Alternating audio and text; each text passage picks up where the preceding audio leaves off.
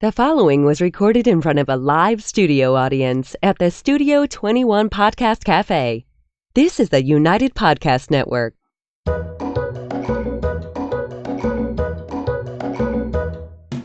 Welcome to the Quirky Dog Podcast, inspired by some of the quirkiest dogs you can ever imagine and the owners who love them. This podcast is brought to you by the quirky couple themselves, Scott and Jess Williams. Their aim is to educate and entertain. Here's Scott and Jess. Welcome, guys. Today we are going to go over our origin story and let you know a little bit more about who we are and how we got here. But first, we're going to start with the quirky tip of the day. So it's that season in New England. We got our first snowfall, and the snow is still on the ground. What the hell is that stuff? Oh, here we go with Scott. And there's a lot of products out there that are supposed to be safe on dogs' paws, but hands down, this is my favorite one. This is called Safe Paw. It's an ice melter. You can get it on Amazon. You can get it at some specialty pet stores. But a lot of those bigger bags at Home Depot and everything that say pet safe, one, I don't see them actually melting the ice as well. And two, sometimes that's stuck to my dog's paws. So this is by far my favorite product for dogs and their paws in the wintertime. The only weird thing about it is we were shoveling the other day and I was like, what's on the snow? Is it antifreeze? So you have to remember that the snow is going to be a little bit different color with it if you're shoveling and moving the ice and the salt. But this is your go-to. Why can't you just use regular salt? Well, if you want to put Mushroom Secret on your dog's paws, like we discussed last week, we could. However, that can be a little bit of a boo-boo for the dogs and the paws. Yeah, so the salt kind of hurts their feet, I guess, huh? Yeah, and actually, we're going to piggyback off that. The little hair between their feet, trim that up, because if they have extra hair, they're going to get more ice balls and everything else. Toes. Yeah. Between their pads. That's what we're going for, between the pads. You don't want that all long and dangly, or they get more ice accumulation and snow accumulation, and then the salt is in there and irritating them, and it's a whole to-do. So everything's about the dogs, in case you guys weren't sure how we work. That's how our marriage goes. Yeah. All right, so we're going to start. We're going to time this here because we're trying to be on the ball about our segments and stuff. So we're going to start with my very dear husband, Scott, and he's going to tell you guys a little bit about himself. Are you ready to go? Yeah. Normally, I would invoke the fifth when it comes to the first third of my life. All right, well, let's just see what we got. You're on the clock. Let's go. Okay. I was born in Gloucester, Massachusetts, a little fishing city. Is that where they filmed that movie? Which movie is that, Jess? The Perfect Storm? Are you taking up my 5 minutes? All right, I'll quiet down. And so I was born in 1962. So I grew up in the 60s and 70s when everyone drank beer and went to rock concerts, and I did a heck of a lot of that myself. And got in a lot of trouble along the way, enjoyed drinking beer with all my buddies, and it wasn't as big a deal as it is these days with, IDing to buy beer and stuff like that. And when everyone went off to college, at the end of high school, I wound up going into the Marine Corps. And my drinking kind of didn't make that experience as easy as it could have been because I was hungover all the time. And getting into my 20s, I went out to California about 3 or 4 times, just traveling and going on these road trips and trying to, live life without a lot of responsibility. I bought a sailboat at one point, lived on the sailboat, drove a Harley all over New England, and did a lot of crazy stuff. He was a real chick magnet. Oh, yeah. Girls love homeless people. And so my late 80s, I wound up moving out to California in 88, decided to just move out there permanently. I had already been out there 3 or 4 times, decided to move out there. And you're doing good. We're doing great. I know, you're moving right through. This is good for you. So I moved out there in 88, and part of it was what they call a geographic cure, where I just thought I need to get away from all these hellraisers, and they're getting me in trouble, and I need to go start a new life. I moved out to California, and within 3 months, I got a drunk driving in California. So that was kind of an eye-opener for me that, I really was the problem. I had to take care of my drinking. I wound up quitting drinking and going to AA and doing all that stuff. And now I've been sober for 30 years. So it was a good thing to do. And when I got sober, I wound up that's kind of where my life started, because up to that point, I was kind of stalled at the emotional age of maybe 14, and I just wasn't acting like an adult. And after I got sober, I wound up just getting serious. I wound up getting in a relationship, getting married, starting a family, started a roofing business, and then I got into the dogs. And this is, I got into the dogs because I was working so much. I needed a hobby. I needed something fun to do. And I always wanted to get involved with dogs. It's just that my drinking and my lifestyle was not conducive to me owning a dog. And I just didn't want to take responsibility for a dog and then, well, I just wasn't responsible enough to own a dog was the bottom line. This is your 2-minute warning. Yeah, okay. And so I started getting into protection sports, getting into wearing the suit and having dogs biting me. And it really kind of got me into the present and made me focus on that. It was a good adrenaline rush, and it was a lot of fun. So that was how I initially got involved with dogs, was through police dogs and dog sports. And I think that pretty much brings me right up to it. Well, you got to get back to mass. So then you started training business. Okay, so yeah, I got involved with dogs, and then after a few years of training, I decided to start the dog obedience business. And closed the roofing business and went full-time with the dog training around 2005. And then in 2009, moved back to Massachusetts. Because your mom had cancer. Mom had cancer, and that was, I wanted my kids to get to know their grandparents. And so we moved back to the East Coast. And the dog training, he always says, gave him a lot more time to work with your own dog because I mean, a lot more freedom. The main reason I started the dog training business was so that I could train my dog during the day whenever I wanted to. And it was great. It was much more pleasant than roofing. And then when you came back to Massachusetts, what was the difference with your business? People didn't know you here. Well, I had to start all over again when I came to Mass because I had an established business in Los Angeles. And when I came here, of course, people didn't know me here because it was a Los Angeles-based business, very regional, local business. So I had to kind of start all over again in 2009 here with the dog training business. And it took a couple of years to get off the ground, a lot of work, How many years were you doing both? California the roofing and the dog training? No, California and Mass. How many years? Like 3 or 4? Yeah, I did keep the California one going, and I had someone there working for me there that was training dogs. But I think it was, probably about 2 to 3 years where both of them were going, and then I discontinued the Los Angeles company. You killed it. He is so bad about staying on time. And all I need is a little coaching. 5 minutes right now. All right, let's do the pig for the segment change.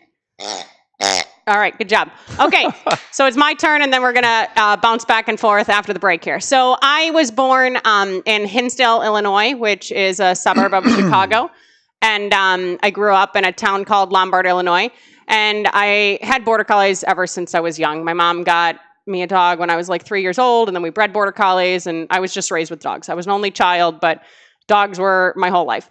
So when I was 7, I wanted to get involved with dog sports. And my mom would take me to places and say like, oh, she wants to do this, she wants to do this. And nobody would touch it with a 10-foot pole. It was in the 90s. Kids weren't really into doing things with dogs actively. It was very traditional obedience training. Obedience people didn't want to deal with me. Herding people didn't want to deal with me. Agility people were like, oh, we have adult classes, everything else. So I got involved in a sport called Frisbee. It's now called disc. It's very proper to say disc now, but it was canine Frisbee. So I started playing Frisbee with my dog, and lo and behold, I was decently good at it. The first time I ever went and competed, I was 7 years old, and I competed at this big regional competition, and long story short, by the time I was 15 years old, I was the youngest person to ever qualify for the world finals in this sport. And I got to go down and compete at the Worlds with people from Japan and all over the place. And it was a lot of fun. So that was kind of my jump start into dogs and enjoying dogs and competing with dogs and everything else. And I was a little more well-rounded than that. I played the cello. I was captain of the pom squad. I had a life besides dogs, but dogs were always just the driving force. So outside of Frisbee, I also dabbled with a little bit of dog agility, and I enjoyed that. And then when I went to college at the University of Michigan, I actually toured around with canine production companies during my summers. So I would do fairs and theme parks with my dogs. I worked for 2 of the biggest canine production companies that there are, and that was a lot of fun. I loved it. It was really enjoyable. You got to see a lot of the country and everything else. The thing I hated the most about it was it affected my training, because if you're there in front of a live audience and thousands of people are here watching you, and your dog does something like that they're not supposed to do, they break their sit stay to go in the weave poles early, you're not going to say, oh, I've got to stop the show to fix my dog. So I didn't like the way my training suffered because of it, but it was super fun. Is that where you learned to project your voice? That's why my mic is on 2 and Scott's mic is on 8 all the time. But no, legitimately, it was ladies and gentlemen, boys and girls. I mean, that was my life. I traveled around and I was a big carny. We did some theme parks. I got to go to the Dominican Republic and it was all a great experience. I enjoyed it a lot. I was on the Oprah show. But like I said, one thing, it's hard not to have a home base. Secondly, it's also really hard to have a few dogs and do canine entertainment because if you have a dog that gets older, they're not going to be performing at their top level anymore. If you have a dog that maybe is sore, you have to, go back into your arsenal of dogs to pull from for the next show. And I didn't want to be somebody that had 10 to 13 dogs. So in college at the University of Michigan, in between this traveling, I got into the Ross School of Business. Hated that. Totally wasn't my scene. What school? What'd you? The Ross School of Business. Ross. Oh, Ross. Okay, go ahead. And everybody there was just really, obviously they wanted to make money. They were in the business school, but everybody was like, I'm going to live in New York or Chicago. And they didn't want to have any land and it just totally wasn't me. So I dropped out of the business school. I became a psychology major. And with being a psychology major, I concentrated kind of on animal behavior. So my dogs lived with me in an apartment. At the end of my college days, I lived 1 year in a sorority, 1 year in the dorms. But I had my dogs with me from junior year of college onward, and of course before college. So it was great to go, work hard, party hard kind of mentality. Dogs had a lot of fun. They learned to drink some beer along the way too. But the highlight of those years for me was doing the canine production. I learned a lot about dog training and a lot about tricks and just a lot about the world as it relates to dogs and people loving them because people enjoy that. I mean, I'm sure you've been to a basketball show before and you've seen dogs at the halftime show or something else. And it definitely connected me within a network and everything else. And then after college... 1 minute warning, by the way. I didn't get my 2-minute warning. After college, I got my first adult puppy, like my own puppy. The dogs that I had used previously were kind of rescues and everything else. How'd you get an adult for entertainment. puppy? I was an adult, and I got a puppy as an adult. It was my first puppy that I had as an adult. And I had moved to Colorado briefly. I thought maybe I wanted to live out there. Wasn't into snowboarding at all, but went to Colorado and was thinking about living in the mountains. And then what happened is we met at a conference in Wisconsin. And that wasn't a big game changer when we had first met there, but we were asked to speak at this conference. Scott was out there speaking for nose work, the C-spot sniff stuff that we've talked about before. And then I was out there actually speaking about canine entertainment. So we were both at this conference in Wisconsin as speakers, and we had met, and then that's what kind of changed the course of where I went geographically at some point and everything else. So that's a little bit about you, a little bit about me, and I'm at 5:05, even with you interrupting more. So we did pretty good. You know, our lives really kind of paralleled.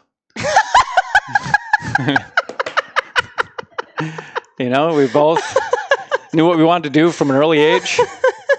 When I started crawling, Scott decided he had to become sober so we can make it happen. All right, guys, that's a lot about us individually. When we get back from break, we're going to do a lot more about us and dogs combined. See you there.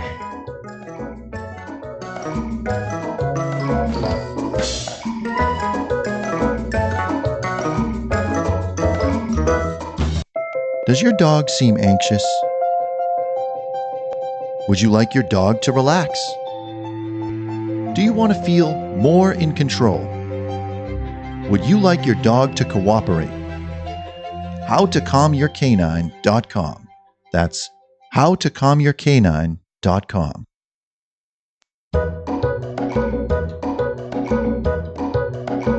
Woo-hoo! All right, we're back.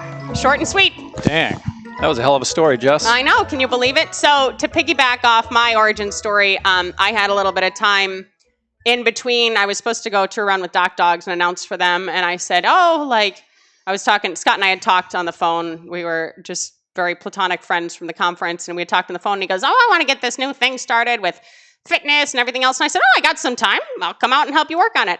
So that's what got me to Massachusetts, New England, and everything else. So we are going to talk to you guys a little bit about us and dogs and what that looked like the first, 8 years of our lives. And then we're going to segue into canine healing and what that looks like for us in our future with dogs. Yeah, well, my pet dog business was primarily boarding and training. So that's how I made my living, which meant I always had other people's dogs with me at my home or whatever the situation was. And it's a it's a relatively stressful business for any dog trainer to have dogs that have a lot of behavioral problems, as to kind of get them on track. There's always going to be some noise and anxiety, things like that. So that's kind of what I was doing. And when Jess came out here, we started to get this new business, this idea off the ground, which was a fitness class. It was like circuit training for dogs. Yeah, so we had all these different, weight pull and all these different things that people would just go around and do all these different exercises. We were the kings and queens of PBC. Yeah, so it was fun. It was a lot of setup and whatnot, but we did it at a few different facilities in New England and kind of weighed out the pros and cons of that whole thing. Yeah, that is becoming more of an industry now, and we still have that name. This was a while ago. It's Canine Profit, but that's something that we may look into as far as something associated with Canine Healing later. But that in and of itself didn't really become the big bread and butter or anything else. During that time that we were doing that, we were also training some bed bug dogs together. Scott at a training location that we called the Bed Bug Palace, and we were training some dogs, and it was fun. Scott fed bed bugs on his arms, and we taught my dogs to get on bugs, and he was still kind of teaching dogs commercially at that point. So it was really fun, and we got to learn about each other a lot more as trainers, and we enjoyed being with each other as people and also as trainers. So that being said, we came from very different training styles and backgrounds.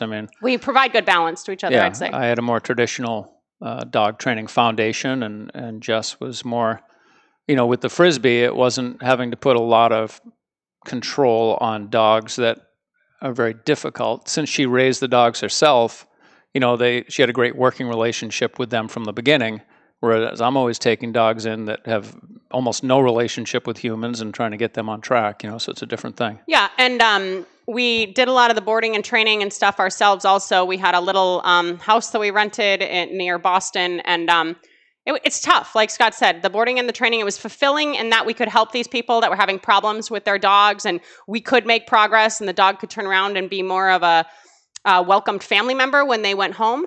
But Christmas morning, for however many Christmases passed, I have 30 dogs to let out. Scott and I have a few of our own personal dogs, but it's a busy time. People want to go away. They want to get their dogs trained. It was an everyday 24/7 thing. If we want to go on vacation, we have to shut down our business.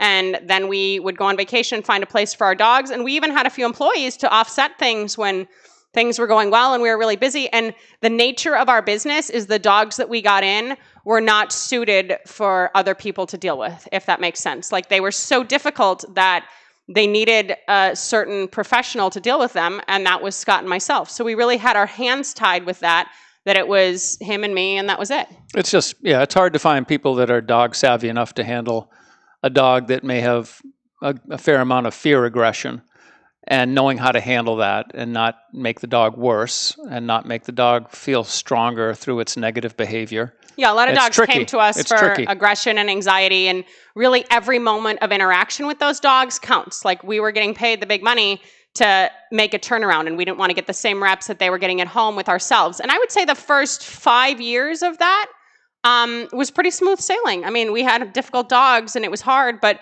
for the most part, it was just people come in, they pay for classes, they pay for boot camp, they do their follow-up classes. We had a few different facilities around the Boston area where we were having group classes. At one point, we had 2 facilities. We had a facility in Lowell. We had a facility in Salisbury. There was a lot going on during that time, and it was going well, but then it seemed like there was a little bit of a shift in how the people were able to handle the dogs, if that makes sense. So it became less about training and more about relationships. And it seemed more like we were just sitting there kind of talking people through stuff and working them through their own personal stuff. Their willingness to follow through on working with the dog was getting weaker and weaker. They just wanted someone else to fix it, but they didn't want to implement any. And this is generally speaking, not everyone. But it was getting more and more difficult to get people to implement any kind of structure within their household. And that's what these dogs need for the most part, is structure in the household. And so no matter what we're doing in a board and train situation, if they can't follow through and make some lifestyle changes, the dogs were just going to regress back to what they were originally, which made me feel like I was kind of spinning my wheels. Both Jess and I, we felt like we were spinning our wheels in the sense that we're dealing with these difficult dogs, getting them on track, getting them actually going in the right direction and working well. And then to see them start backsliding quickly when they went back into their home environment got real frustrating. And it was from a relationship perspective, not from a training perspective. So that was a little bit tricky. And then also people were just more resistant to putting control on dogs in general, similar to sometimes what you might say about parents with kids now. Like you'd say, oh, you should crate the dog. And people, I can't crate the dog. The dog can't be in a crate. Like these used to be more common practices when we were first doing this together and when Scott first got into the industry in California, and then things kind of seemed to segue. Okay, so we went a little over with that 5 minutes, but that goes into the next one. So this is our last segment now of how we got to Canine Healing. And the pig can take a nap because he doesn't need to end this segment. The podcast will end this one.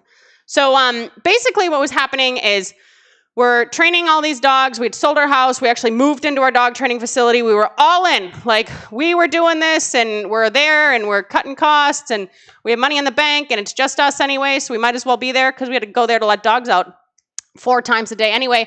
And we just weren't seeing the same results that we had seen earlier, like we talked about. And we were frustrated. We felt like there wasn't an answer for these people out there.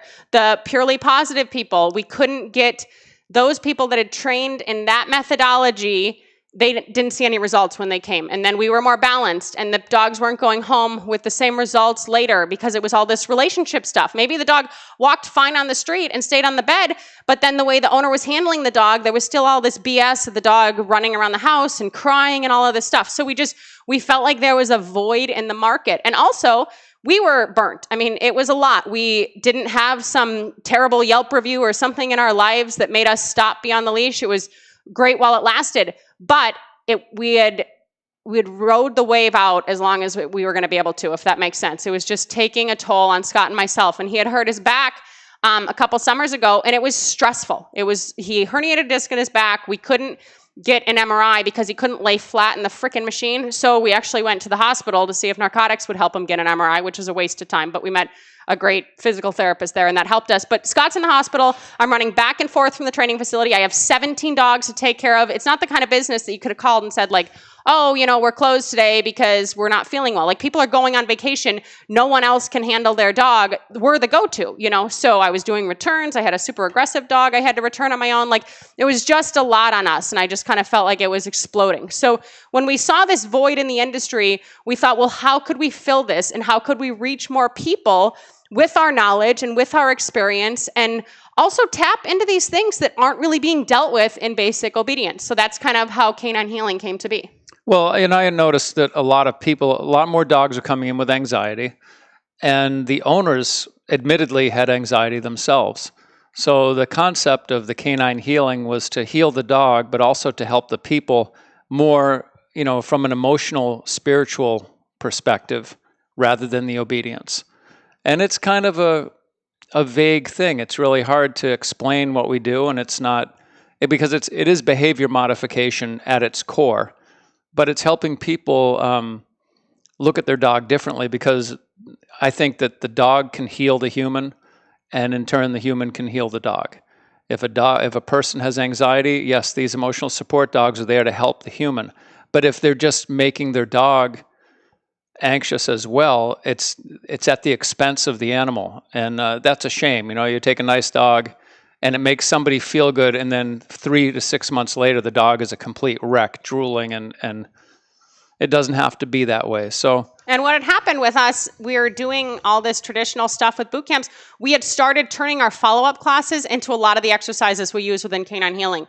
And those exercises were having more of a positive impact on the dogs and the owners and their relationships and the household moving forward. And they were able to be generalized more easily, that we thought, well, maybe this is where we should head. And we're not saying that obedience training isn't good or it doesn't work. I mean, we've talked about how you should train your dog and it's important. But this piece that was missing with the emotion and the relationship and everything else, kind of how we felt like we were seeing a void in the industry and we didn't know how to help. Some people feel like there's not anyone out there that can help me and help my dog, because even if they've tried stuff before, they still feel like, oh, it doesn't work. My dog's stupid. My dog's not trainable or anything else. So, well, let me just interrupt you there real quick, because the thing is, obedience training works fine. It always will. I mean, it's proven the techniques of traditional obedience training work fine. The problem is you have to be present. And that's why I got involved in dogs way back when I talked about initially with the police dogs. I had to be present when a dog was running at me that wanted to bite me. And I liked being present and in the moment because you're not thinking about your bills that you may have or problems with your kids at school or anything else. You're just living in that moment right then. And that's part of the problem people were having is they couldn't stay present even for a half-hour dog training class. Their mind is God knows where. You know, if I tell someone take 3 steps and stop, they just take off and start healing, and they're not even hearing me because they're not living in the present. So part of the canine healing is just try and get people to just take a break, like turn off your phone. And I've been doing these 10-minute meditations on the Canine Healing Facebook page. And that's what I'm doing. I just, you can step on your dog's leash, sit in a chair, turn off your phone, and take 10 minutes of meditation. And if that makes you uncomfortable, don't meditate. Just sit there calmly for 10 minutes, And that's really what the dogs need. And that's what we saw that they needed. And they would work well for us when we were doing the boot camps and everything else because we were in the moment and we were focused on the task. And we created that relationship with them that would work, but the owners couldn't do that. So being in the moment is important. I mean, if your dog is crazy at the vet, what did it look like from the point of your dog leaving the house to getting in the car? What did it look like from the point at your dog getting out of the car and going into the vet's office? If all of that was chaos, then it's probably going to be chaos once you get into the vet's office. I mean, we are total sticklers for, okay, like if our dogs don't sit at the door, we're not going to just go through. We're not going to continue. We take time out of our day to fix these little things. And when you're in the moment like that, and when you're holding your dog accountable like that, they're feeling calmer and you're also feeling calmer. You can't be like, oh, we're going to get wherever you are when you have to focus on getting your dog in this more present and this calmer state. Yeah, and it's not easy to do. It's certainly something that you have to work at. And I think that's one of the big differences between all dog trainers when you get into the best of the best. It's how anal is the dog trainer, how clear are they about what they want to implement, and how patient are they as far as not willing to move forward if their dog is not performing the way they want their dog to perform, as far as a competitive standpoint. And the best of the best are very patient. They're crazy. Very patient. They know exactly what they want, and they will take 2 years before they heal their dog 10 feet if that's what it takes. I'm not that anal. I'm not going to do it. I mean, I know enough about myself and my personality as far as, how I will train a dog competitively. And I've always been able to train a dog where I can compete. Not going to fail the trial, but I'm not going to be on the world stage because it's just not that important to me on that level. I just don't have that type of personality, whereas Jess does have more of that type of personality to a fault, a little bit nutty. But that's the trade-off. I mean, the best of the best in any field usually are a little bit nutty. Yeah, and we're trying not to make it so fanatical. It's not the dog obedience. You have to be super OCD and you have to be super precise about getting the results you want. The canine healing stuff is meant to be more casual. It's meant to be, you can sit there and read a book while you're doing some passive training. And that passive training actually has more of an impact on the dog than a lot of these structured exercises. Yeah, there's no technique that you need to master with traditional dog training, whether it's positive or a balanced approach, whatever it is, there's technique involved. And technique, like playing an instrument, will only get better doing it the right way over and over and over again. Yeah, and it's hard. I mean, it's hard to hold a clicker and the treat bag and the leash and everything else. When I started training with Scott, I honestly didn't have his leash work down for at least 3 years. I felt it the moment that I was working a dog like Scott, and I said, oh, wow, I can do it now. And I had seen trainers train for decades, and I was able to replicate certain things. So, people, you can't expect somebody to be a dog trainer. And if you get a difficult dog, nobody wants to become a dog trainer. And we understand that. You just want to have a freaking dog that lives in your house and exists with your family that you can all enjoy. So that's why Canine Healing came to be. We're trying to help people in a way that they haven't been helped before, that's user-friendly, that you can do every day, that includes some more fun stuff. We just released our C-Spot Sniff course. We're going to release a tricks course soon. We have an ESA course coming out soon because the ESA thing, emotional support animals, is a huge to-do. We have the How to Calm Your Canine program, and we have our own personal consults with people where we can coach you and help you through these things because we know it's not easy. And the last thing that we want you to ever think, and what a lot of people say, is it's not your fault. It's not your fault that your dog isn't doing it right. You need something that's going to work for you and your family where you can see results. And we totally get that. And we've lived through it now together for almost a decade. Seems longer. All right, guys. I hope that you learned a little bit more about both of us and that you still like us. Next week, we are going to go over traveling with dogs. And if you need to reach us, you can contact us at studio@thequirkydog.com. And in the meantime, keep it quirky.